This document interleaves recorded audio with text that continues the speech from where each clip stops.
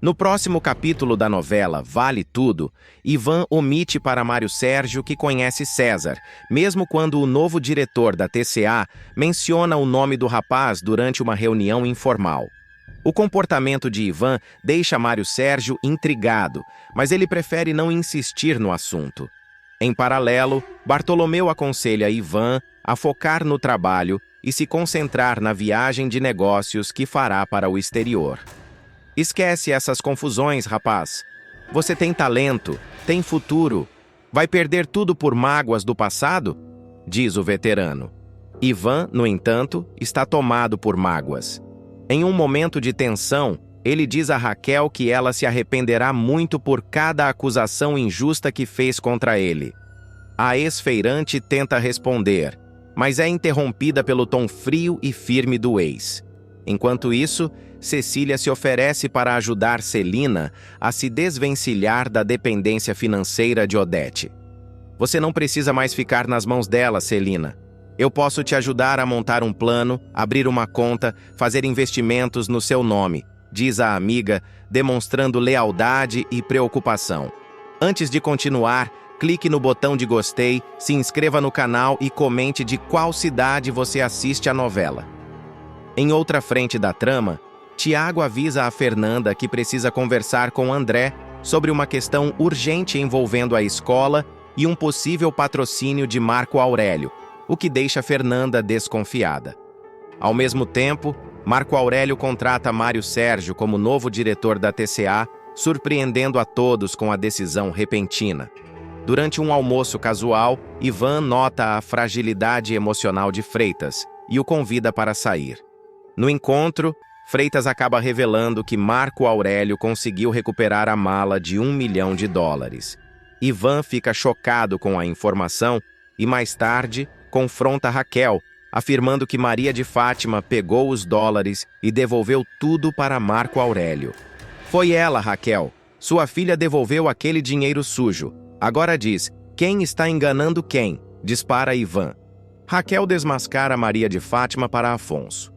Ela vendeu a casa que meu pai construiu com a vida inteira de trabalho.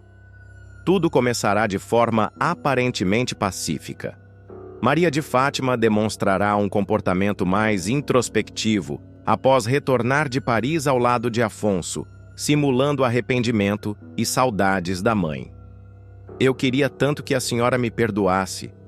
Sinto falta da minha mãe, sabia? Afirmará, com olhos marejados, abraçando o noivo diante de Poliana. A encenação tocará o coração de Afonso, que acreditará estar diante de uma mulher em processo de mudança. Sensível ao sofrimento aparente da esposa, o herdeiro da TCA decidirá agir. Se você sente mesmo falta dela, então eu vou procurar a Raquel. Talvez eu consiga ajudar vocês duas a se entenderem. Toda família tem seus conflitos. E se você conseguiu se reaproximar da minha mãe, por que não da sua? Argumentará ele, antes de sair decidido para encontrar a sogra. Fátima, mesmo relutante, fingirá apoiar a ideia. Se você conseguir convencê-la, já fico feliz. Ao chegar à casa de Raquel, Afonso será recebido com certa frieza, mas também com respeito. A cozinheira não esperará por aquela visita, tampouco imaginará o teor da conversa. O jovem começará mencionando a saudade que Fátima diz sentir. Ela sente a sua falta, Raquel.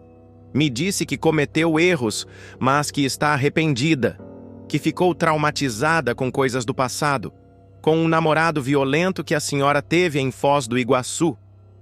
A frase cairá como uma bomba nos ouvidos de Raquel. A expressão dela mudará imediatamente, seus olhos arregalarão em indignação, e o tom de voz ganhará firmeza. Namorado violento? Que namorado, Afonso? A Maria de Fátima nunca conheceu nenhum namorado meu em Foz. E, se quer saber, o único homem com quem me envolvi por lá foi alguém que ela sequer chegou a conhecer. Isso é uma mentira absurda. Surpreso, Afonso hesitará. Mas foi o que ela me contou, Raquel. Disse que você viveu com um homem perigoso, que batia em você. E por isso ela fugiu. Disse que vocês passaram por muita coisa. Raquel então decidirá por fim à fantasia da filha. A Maria de Fátima mente, Afonso. E ela mente muito bem, sabe por quê? Porque ela não sente culpa de nada. Nada. Você não tem ideia do que eu passei para reconhecer isso. Essa menina me envergonha. Ela vendeu a casa onde eu morava. A casa que meu pai comprou com uma vida inteira de trabalho. Você tem noção do que é isso? Me tirou de casa, do meu chão, sem me consultar, para correr atrás dos próprios interesses. Chocado, Afonso tentará entender. Como assim ela vendeu a casa sem te consultar? Isso é impossível, Raquel. Ela não teria esse direito. Ela tinha uma procuração, uma maldita procuração que eu dei quando achava que podia confiar nela. E sabe o que ela fez? Vendeu tudo pelas minhas costas. E não só isso. Com o dinheiro, ela foi atrás de um estilista, se meteu em festa de gente rica, mentiu para todo mundo dizendo que era filha de uma mulher rica, como se eu nunca tivesse existido. É essa a Maria de Fátima que você acha que conhece? O impacto da fala será visível no rosto de Afonso. Ele se levantará, caminhará até a janela e respirará fundo. Raquel, por sua vez, permanecerá firme, porém contida. Apesar da dor, ela escolherá não revelar ainda todas as trapaças da filha. E tem mais, Afonso, mas não vou entrar em detalhes. Tem coisa que eu prefiro que você descubra sozinho, até porque envolveria outras pessoas e não quero prejudicar quem não merece. O bilionário, tentando manter o equilíbrio, perguntará: Você acha então que ela só está comigo por interesse? Raquel responderá com uma calma cortante: Eu não preciso achar, Afonso. Eu vi com meus próprios olhos o que ela é capaz de fazer por dinheiro. E quando alguém mostra quem é, a gente tem que acreditar. Mas cada um aprende do seu jeito. Ele deixará a casa transtornado. Em vez de obter a reconciliação que buscava, terá saído com um turbilhão de dúvidas. A imagem de Maria de Fátima, até então lapidada pelas palavras doces e pelo charme, começará a rachar. No caminho de volta, Afonso tentará racionalizar. Talvez Raquel esteja magoada demais. Talvez esteja exagerando. Mas por que mentir sobre um namorado violento? E a história da casa? Enquanto isso, Raquel comentará com Poliana: Ele foi atrás de mim porque acredita nela. Mas uma hora a ficha vai cair. O Afonso só vai entender quem é a Fátima quando descobrir por conta própria. E olha, não vai demorar. Poliana, angustiado, perguntará: Você não deveria ter contado tudo? Não, porque ele tem que sentir com o coração. Se eu entrego tudo de uma vez, ele duvida. Agora, com a pulga atrás da orelha, ele vai começar a observar. Aí é questão de tempo. De volta ao apartamento, Afonso encontrará Fátima o esperando com um sorriso doce e uma falsa ansiedade. E então? Como foi? Ela falou? Vai me perdoar? O silêncio de Afonso será incômodo. Ele a observará por longos segundos, como se buscasse traços da sinceridade que acreditava ter visto. Fátima, percebendo o desconforto, insistirá: Você falou com a minha mãe, Afonso? Falei. Ela está bem. Disse que não quer conversar por enquanto, que precisa de tempo. Ele esconderá a verdadeira conversa, mas a dúvida se instalará com força. Ao virar de costas para tirar a gravata, Fátima aproveitará para enviar uma mensagem escondida em seu celular. Ela falou alguma coisa? Me avisa. Do outro lado da cidade, Raquel será abordada por Ivan, que questionará o motivo da visita de Afonso. Ela hesitará, mas contará parte do ocorrido. Ele veio falar da Fátima. Disse que ela sente saudade. Mas foi só tocar no assunto que eu descobri mais uma das mentiras dela. Agora disse que eu tinha um namorado que batia em mim. Você acredita? Ivan reagirá com incredulidade. Essa menina não tem limites. Mas você contou tudo para ele? Raquel negará. Não contei. Não quero envolver mais ninguém nisso. Mas acho que agora a verdade começa a aparecer sozinha. Ivan, apreensivo, lembrará. Você sabe que, quanto mais ela for desmascarada, mais perigosa ela fica. A Fátima não é de baixar a cabeça. E nem eu, Ivan. Agora é ela quem que se cuide. Nas cenas seguintes, Afonso começará a reparar em pequenas contradições da esposa. Um telefonema suspeito, uma mensagem apagada rapidamente, uma reação desproporcional ao mencionar Raquel. Ele comentará com Marco Aurélio que algo o incomoda. Às vezes eu sinto que estou casado com uma pessoa que eu não conheço. É como se cada história tivesse várias versões, e nenhuma delas fosse completamente verdadeira. O empresário, que já conhece as artimanhas de Maria de Fátima, desconversará. Mulher bonita e ambiciosa, Afonso. Tem que saber administrar. Elas mentem mesmo. Mas se for esperto, você tira proveito. O comentário deixará Afonso ainda mais perturbado. Pela primeira vez, ele sentirá que está completamente cercado de gente com máscaras. E a única pessoa que parece ter falado com honestidade foi Raquel. Na sequência, Afonso começará a agir com mais cautela dentro do próprio casamento. Sem revelar a conversa com Raquel, passará a testar Maria de Fátima, propondo pequenas armadilhas para medir sua reação. Em um jantar a dois, soltará: Você já me contou sobre Foz do Iguaçu, mas e a casa onde vocês moravam? Ficou com sua mãe? Fátima, surpreendida, engolirá seco, mas tentará manter a compostura.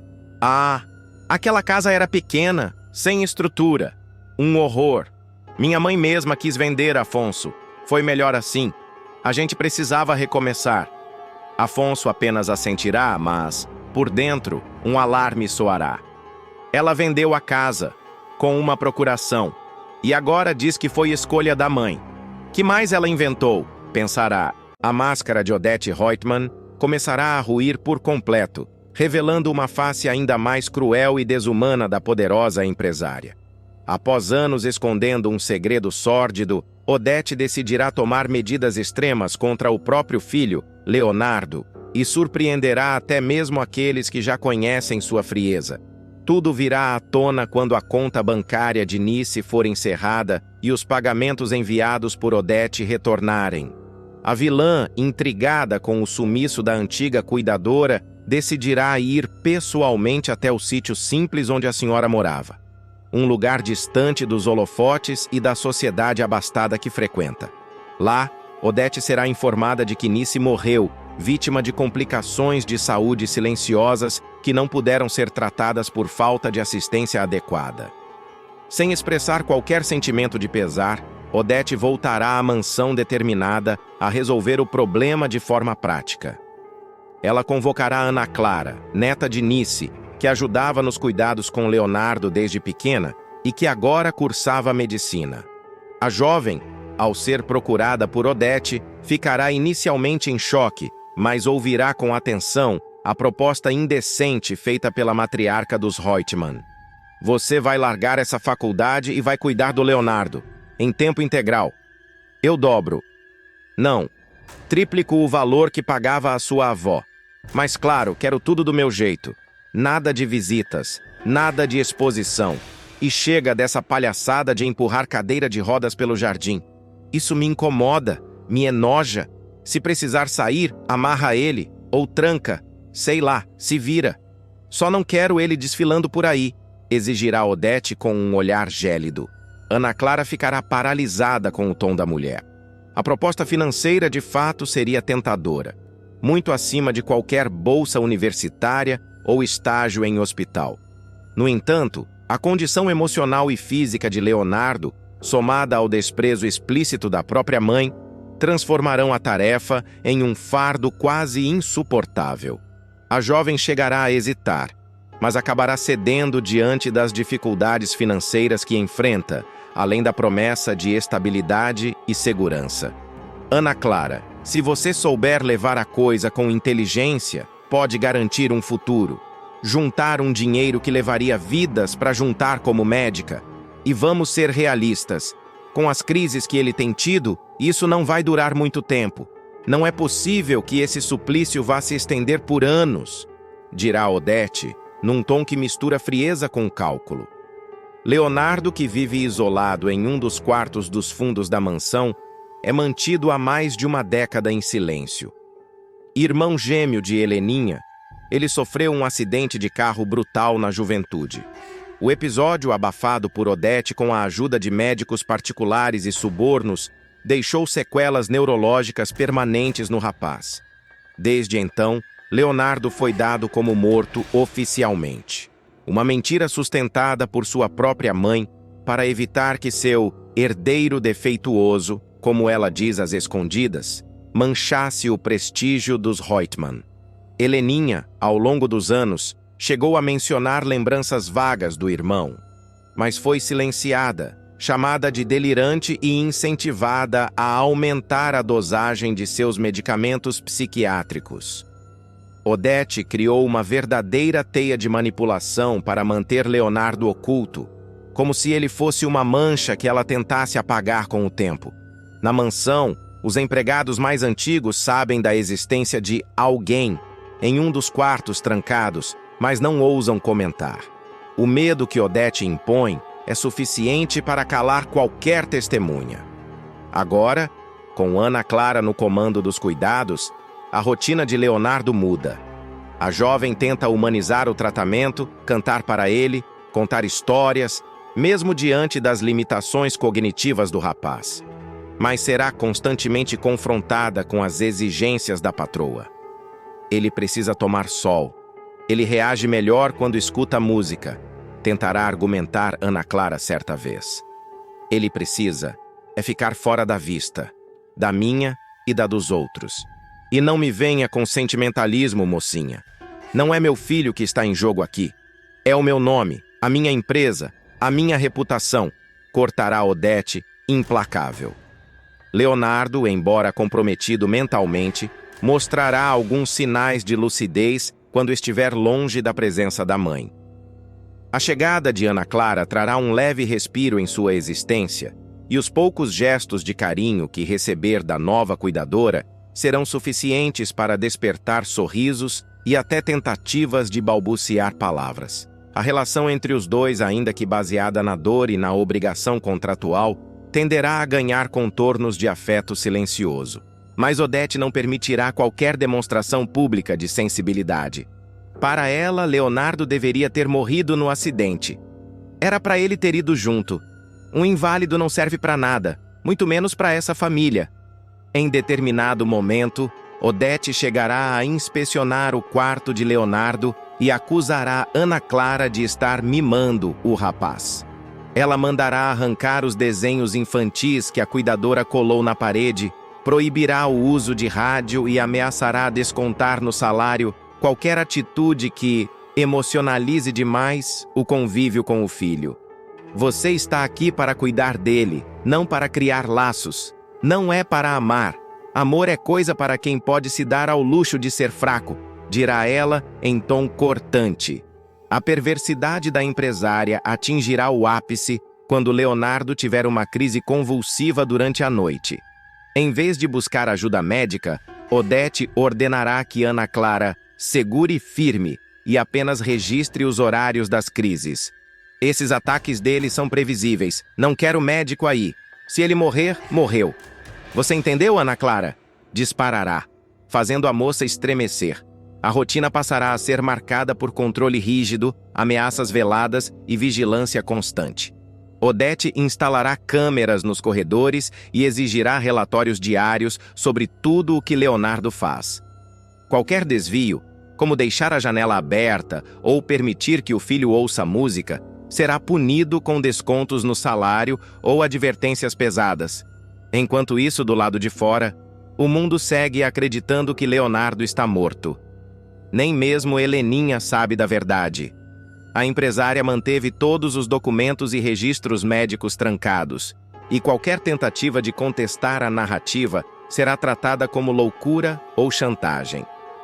Aos olhos da sociedade, Odete continua sendo a matriarca intocável, a empresária visionária, a mulher de ferro.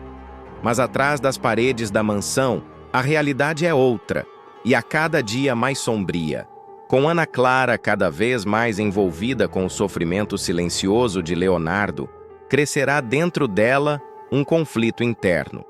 Dividida entre o dinheiro que salva sua família da miséria e o grito abafado do rapaz que clama por humanidade, a jovem começará a tomar notas secretas, a gravar trechos de conversas e, aos poucos, a cogitar romper o pacto silencioso que firmou com a mulher mais poderosa e temida do país.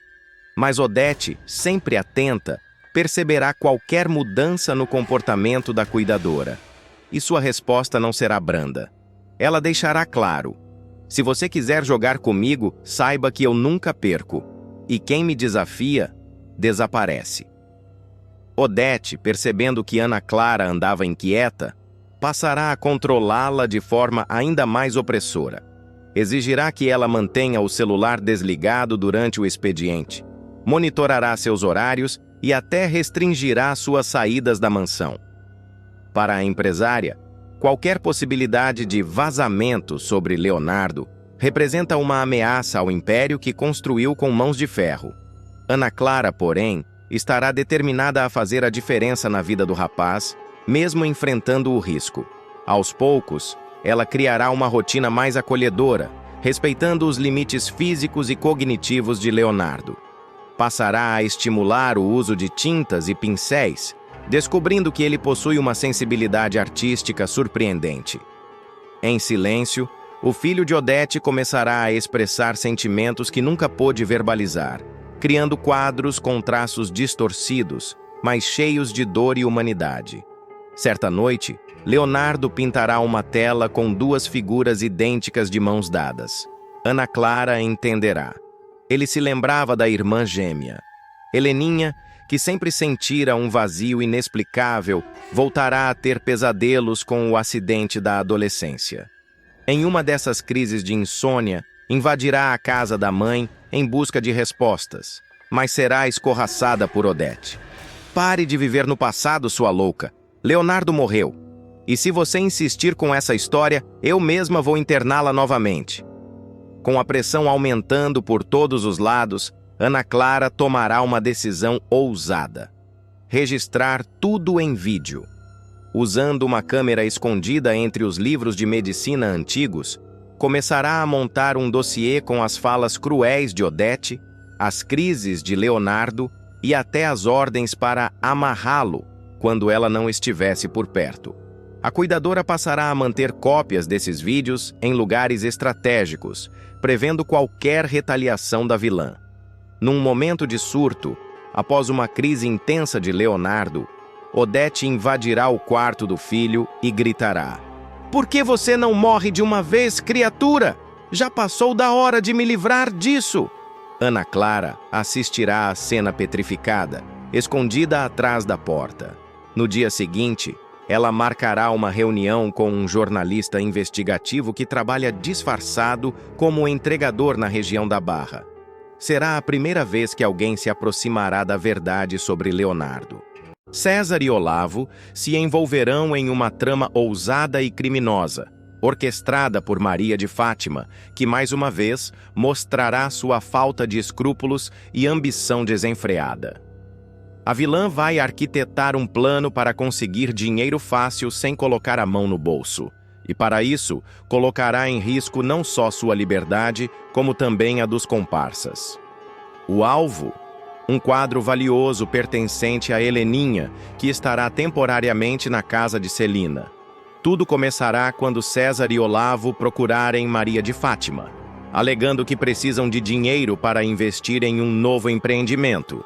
A dupla se mostrará empolgada com a possibilidade de abrir um negócio lucrativo, mas esbarrará na frieza da moça, que, apesar de envolvida com ambos em momentos distintos, se negará a ceder um único centavo. Investir com o meu dinheiro? Claro que não, queridinhos. Vocês se virem, mas...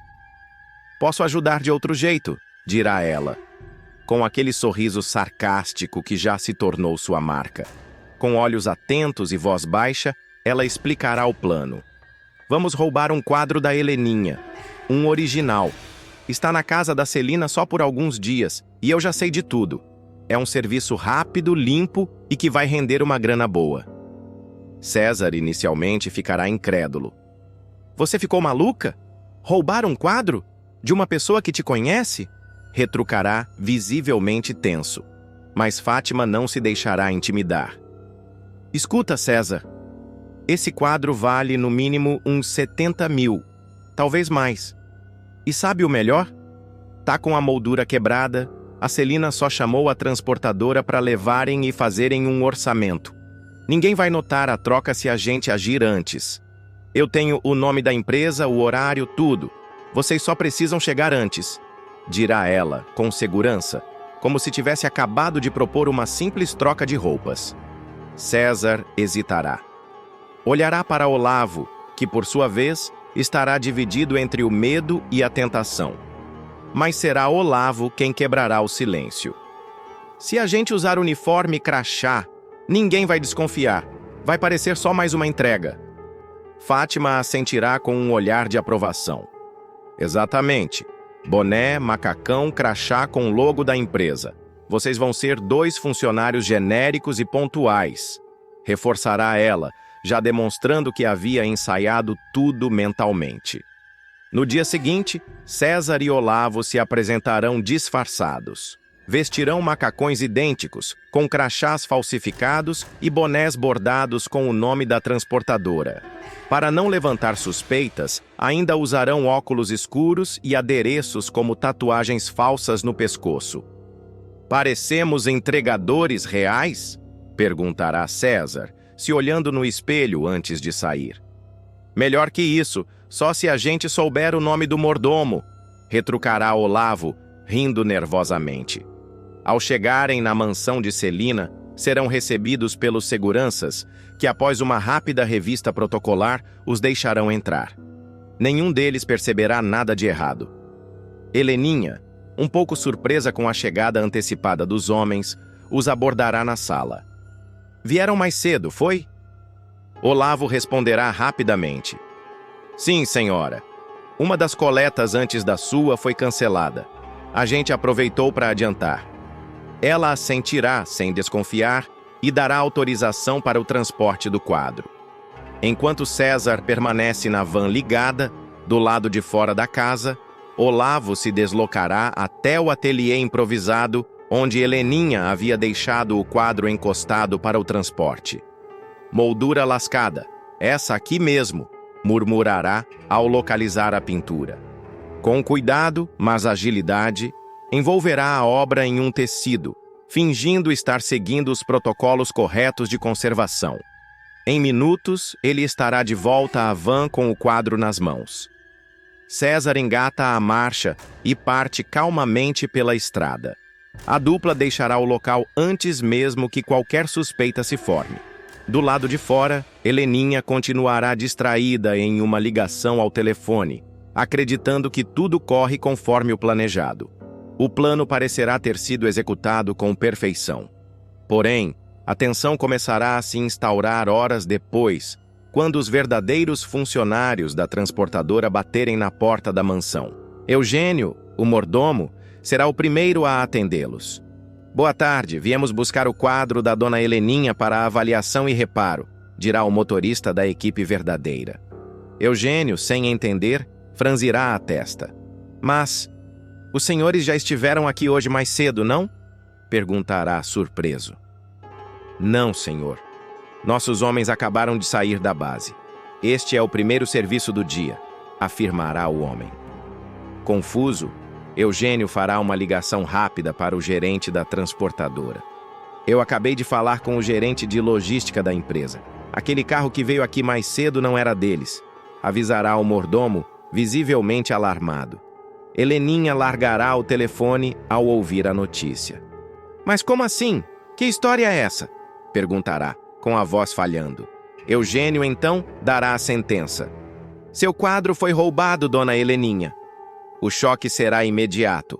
Heleninha levará as mãos ao rosto, incrédula com a audácia do crime. Enquanto isso, em outro ponto da cidade, César e Olavo estarão em um galpão alugado, avaliando o quadro. A gente conseguiu. Você acredita nisso? Dirá Olavo, eufórico. Não comemora antes da hora. Agora temos que vender essa porcaria e sem chamar atenção, responderá César, mais cauteloso. O problema, porém, é que obras de arte não podem ser negociadas como qualquer mercadoria.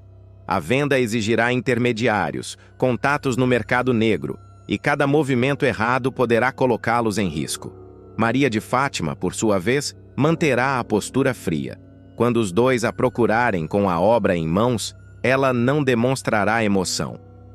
Muito bem, agora me deem 2 dias. Eu conheço alguém que pode ajudar a vender, mas lembrem-se, se um de vocês abrir a boca, é cadeia na certa. Isso é roubo, e roubo de obra de arte ainda por cima. Alertará, deixando claro que, apesar de ser a mente por trás do crime, manterá o controle da situação a todo custo.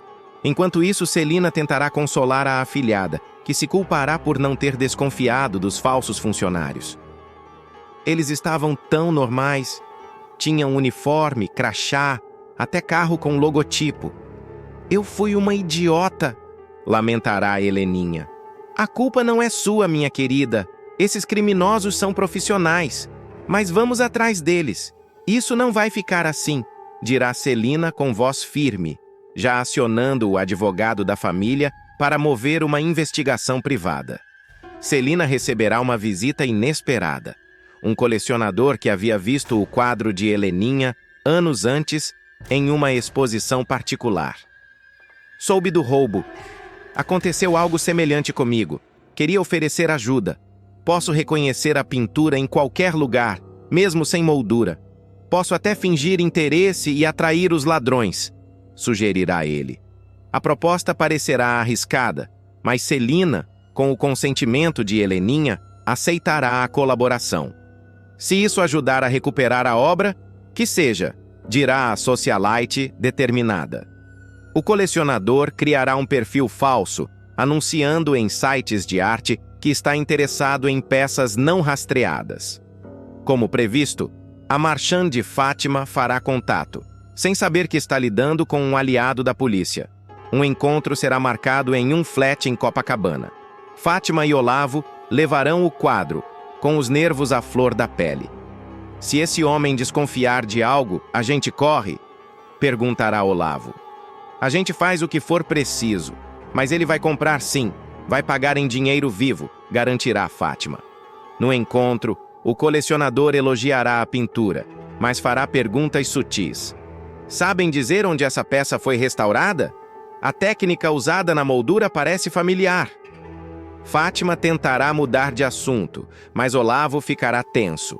O comprador dirá que precisa de um tempo para sacar o dinheiro e pedirá que eles esperem. O que eles não saberão é que, do lado de fora, uma viatura da polícia já estará posicionada, aguardando o sinal do agente infiltrado. César, que decidirá ir ao local de última hora, observará tudo de longe. Ao ver Fátima e Olavo entrando com o quadro, suspeitará de uma armadilha. Essa história não cheira bem, murmurará. Antes de agir, ele verá os policiais se aproximando. Num movimento rápido, arrancará com seu carro, mas será seguido por uma moto descaracterizada da polícia.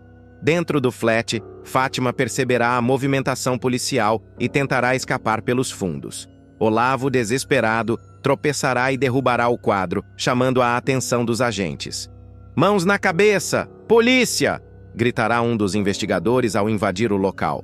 Fátima ainda conseguirá sair do prédio, mas será reconhecida por uma câmera da portaria. Já Olavo será detido em flagrante com o quadro parcialmente danificado. "Eu só carreguei! Foi ela quem mandou!" gritará, tentando se livrar da culpa. Leila vira bandida para salvar Marco Aurélio em uma reviravolta inédita.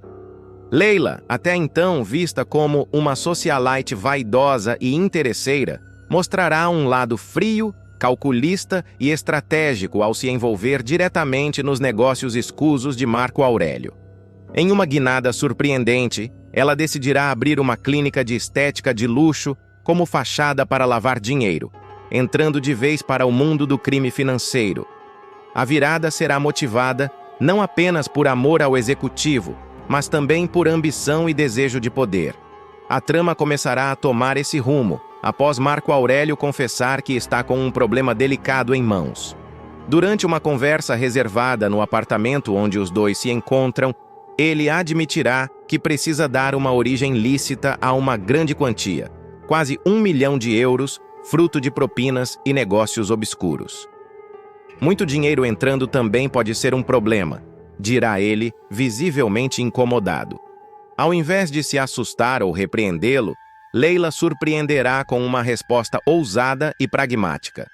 Você está precisando lavar dinheiro, é isso? Então a gente tem um problema bom. A fala não apenas revela sua cumplicidade, mas também marca o início de uma parceria criminosa que tomará proporções maiores a cada episódio. Nos capítulos seguintes, Leila demonstrará que não é apenas uma mulher vaidosa e fútil, como muitos pensavam.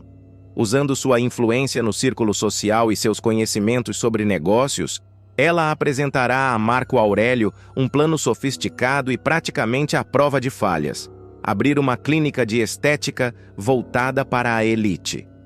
Uma clínica de estética tem tratamento que custa R$40 mil, R$60 mil. Coisa que essas peruas fazem todos os meses, explicará entusiasmada. Na alta temporada, a gente pode chegar a vender 10 tratamentos desses por dia. Ela completará de forma incisiva. Marco Aurélio, inicialmente cético, se mostrará cada vez mais encantado com a ideia.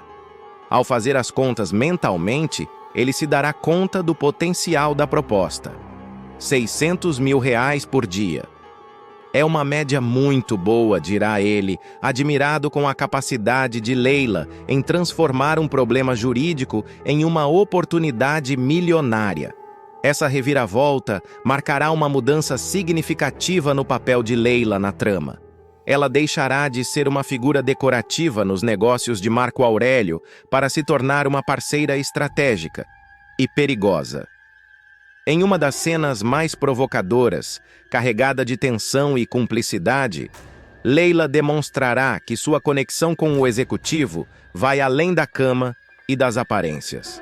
Com um sorriso irônico, um olhar provocador e uma taça de vinho na mão, ela soltará a bomba. Marco Aurélio, eu tenho uma coisa muito séria para te contar. Eu sou especialista em contabilidade tributária. A revelação deixará claro que tudo estava premeditado, e para selar de vez sua transformação, ela ainda fará piada com a nova vida que está disposta a levar ao lado dele. Não é fofo? Uma esposa que ajuda a lavar dinheiro em vez de lavar roupa? O tom debochado e a frieza com que ela encara a criminalidade chocarão parte do público, que esperava ver Leila sendo a primeira a pular fora do barco diante de uma crise. Pelo contrário, ela mergulhará de cabeça, não apenas para proteger Marco Aurélio, mas também para garantir seu próprio espaço de poder. A partir daí, a influência de Leila na empresa TCA começará a crescer, mesmo que de forma informal. Sem ter cargo nem vínculo direto com a companhia, ela passará a opinar sobre decisões internas e a circular pelas salas com desenvoltura. Essa atitude chamará a atenção e também a antipatia de Freitas, fiel escudeiro de Marco Aurélio, que se sentirá ameaçado. Nem crachá ela tem, mas já está até me dando serviço, resmungará o funcionário, claramente desconfortável com a presença constante da mulher nos bastidores da empresa. Leila, no entanto, não se intimidará. Com sua habitual pose altiva e discurso afiado, ela colocará Freitas em seu lugar, dizendo que quem dorme com o dono manda mais que o gerente.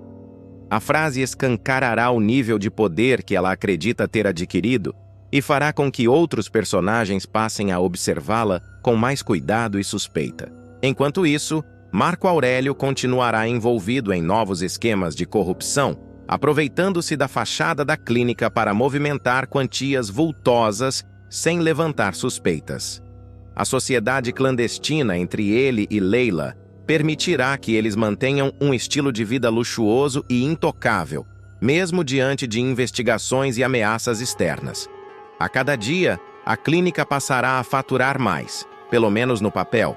Clientes VIPs aparecerão, pagamentos serão feitos em dinheiro vivo, e as notas fiscais serão ajustadas para inflar os lucros. Tudo meticulosamente orquestrado por Leila, que assumirá o papel de mentora financeira da operação. Em paralelo, alguns personagens desconfiarão da ascensão repentina da clínica e do envolvimento de Leila com os negócios da TCA. Ivan, por exemplo, verá com estranheza a prosperidade relâmpago do novo empreendimento. Essa mulher não dá ponto sem nó. Alguma coisa tem por trás dessa clínica, comentará com Luciano em uma conversa cheia de desconfiança. Luciano, sempre atento, começará a investigar discretamente, colhendo informações e tentando ligar os pontos entre os negócios escusos de Marco Aurélio e o sucesso meteórico da clínica de Leila. Enquanto isso, Leila continuará manipulando pessoas e situações a seu favor. Ela seduzirá clientes, políticos e empresários com a promessa de juventude eterna e tratamentos milagrosos, ao mesmo tempo em que controla, com mão de ferro, os números da contabilidade fictícia. A beleza é o novo petróleo, dirá ela certa vez, explicando como está transformando vaidade em lucro sujo. Além disso, ela começará a utilizar os próprios funcionários da clínica como peças em seu tabuleiro. Estagiárias, recepcionistas e até terapeutas serão treinados para receber pagamentos em envelopes fechados, registrar atendimentos inexistentes e manter total discrição sobre os nomes dos clientes mais importantes. Um código silencioso será imposto dentro do local. O que acontece na clínica, fica na clínica. Qualquer tentativa de vazamento de informação será punida com demissão imediata e ameaças veladas, o que criará um clima tenso e de constante vigilância entre os colaboradores. Aos poucos, Leila também começará a se destacar mais que o próprio Marco Aurélio. Enquanto ele continua sendo o rosto público da TCA, ela comandará com maestria os bastidores da operação de lavagem. Você pode ser o executivo do ano, Marco, mas quem está lavando tudo sou eu, dirá em tom sarcástico após manipular um relatório financeiro que faria um contador comum enlouquecer. O comentário, embora dito em tom de brincadeira, mostrará o novo equilíbrio de poder entre os dois. Leila já não é mais apenas uma companheira decorativa. Ela é uma verdadeira sócia no crime. Mesmo com tantos riscos, Leila mostrará uma frieza impressionante. Ela estudará os mecanismos de fiscalização da Receita Federal, contratará advogados especializados em blindagem patrimonial e criará uma rede de laranjas e empresas fantasmas para dificultar qualquer tentativa de rastrear o dinheiro sujo. Eu estudei para isso, Marco. A diferença é que agora eu vou aplicar meu conhecimento onde realmente dá lucro, dirá ela em uma cena em que expõe um organograma de movimentação financeira na parede da suíte do casal.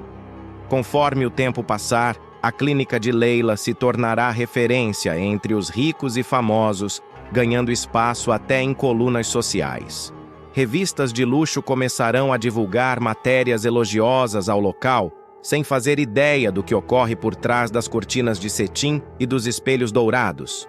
Leila será capa de revistas, dará entrevistas, será chamada de visionária, enquanto nos bastidores continua comandando uma das maiores operações de lavagem de dinheiro da novela. Ao mesmo tempo, Marco Aurélio ficará cada vez mais dependente da parceira. Se antes ele era o mentor dos esquemas, agora começa a perceber que Leila está um passo à frente em tudo. Se eu for preso, é você quem vai manter isso tudo de pé, confessará em uma noite tensa. Leila, com um sorriso gélido, responderá: e se eu for presa, ninguém vai nem notar sua ausência.